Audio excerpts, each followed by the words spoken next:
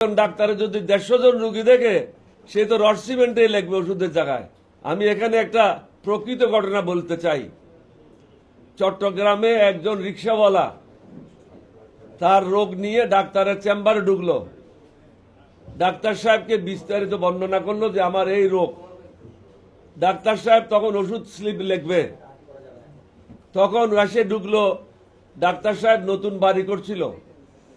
তখন এসে ঢুকলো তার মিস্ত্রি এসে বলল, স্যার পরশুদিন ডালাই, ছাদের ডালাই হবে, আপনি যদি আমাকে কালকের মধ্যে সকালের মধ্যে রড আর সিমেন্ট কিনে না দেন তাহলে আমার পক্ষে ঢালাই দেওয়া সম্ভব হবে না।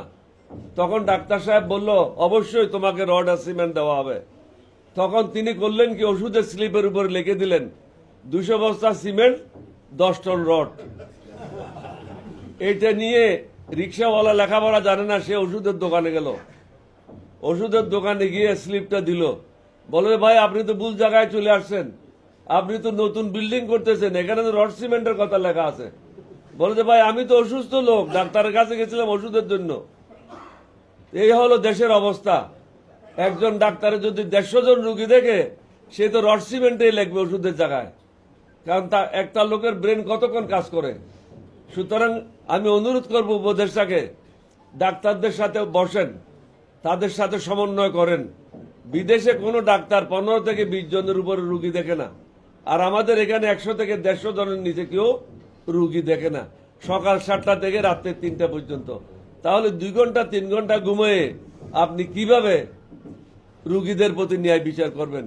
আজকে যদি রুগীদেরকে বলা হয় তোমাকে 5টা ওষুধ দেওয়া হলো, উপরের 1 নম্বর ওষুধটা দেওয়া হলো এই রোগের জন্য, 2 নম্বর ওষুধটা দেওয়া হলো এই রোগের জন্য, 3 নম্বর ওষুধটা দেওয়া হলো এই রোগের জন্য, তাহলে আপনাকে এক্সপ্লেইন করতে হবে।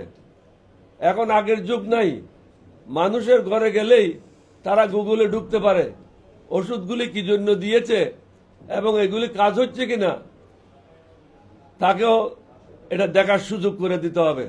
অনেক সময় ভুলভাবে ওষুধ দেওয়া হয়, রুগী এগুলি খেয়ে এগুলি ব্যবহার করে মারাত্মকভাবে ক্ষতিগ্রস্ত হয়।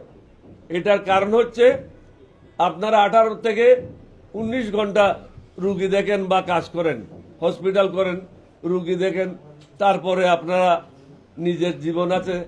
তখন যখন প্রেসক্রিপশন লিখতে যান তখন ভুল প্রেসক্রিপশন লেখেন। সুতরাং এটা বসে উভয় পক্ষকে বসে এটা সমাধান করতে হবে। শহীদ রাষ্ট্রপতি জিয়াউর রহমানের সময় আমি বঙ্গভবনে ছিলাম, তখন সরকারি ডাক্তারকে পারমিশন দেওয়া হয়েছিল বাহিরে রুগী দেখার জন্য। এর আগে সরকারি ডাক্তারদের প্রাইভেট প্র্যাকটিস করার কোনো অনুমতি ছিল না। এটা কেন দেওয়া হলো? তখন বাইরে সর্বসাধারণের জন্য কোনো ডাক্তার ছিল না, ডাক্তারের অভাব ছিল, যার কারণে ডাক্তারদেরকে অনুমতি দেওয়া হয়েছিল আপনারা হসপিটালে নির্দিষ্ট ডিউটি করার পরে প্রাইভেট প্র্যাকটিস করবেন।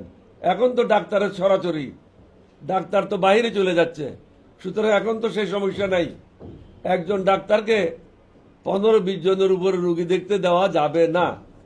এবং কতগুলি পরীক্ষা নিরীক্ষা দেওয়া হয়, পরীক্ষা নিরীক্ষাগুলি যারা করে ল্যাবরেটরির সাথে তাদের সম্পর্ক থাকে। আপনি যদি 20টা পরীক্ষা দেন, 6,000 টাকার পরীক্ষা দেন, তাহলে এখানে 60-40 রেশিও হয়। যাদের ল্যাব থাকে তারা 60% নেয়। অনেক ডাক্তারদেরকে, আমি সবাইকে বলবো না, অনেক ডাক্তারকে 40% টাকা দিতে হয়। এবং আপনার অনেক ডাক্তার আছে নির্দিষ্ট কোম্পানির ওষুধ ছাড়া অন্য প্রেসক্রিপশন করে না, কারণ তাদের রিপ্রেজেন্টেটিভ বাইরে দাঁড়িয়ে থাকে। এটার ফলে কি হয়, অনেক ডাক্তারদেরকে বাইরে ভিজিট করার সুযোগ দেওয়া হয়, জার্মানি যাওয়ার জন্য টাকা দেওয়া হয়, লন্ডন যাওয়ার জন্য টাকা দেওয়া হয়, জাপান যাওয়ার জন্য টাকা দেওয়া হয়।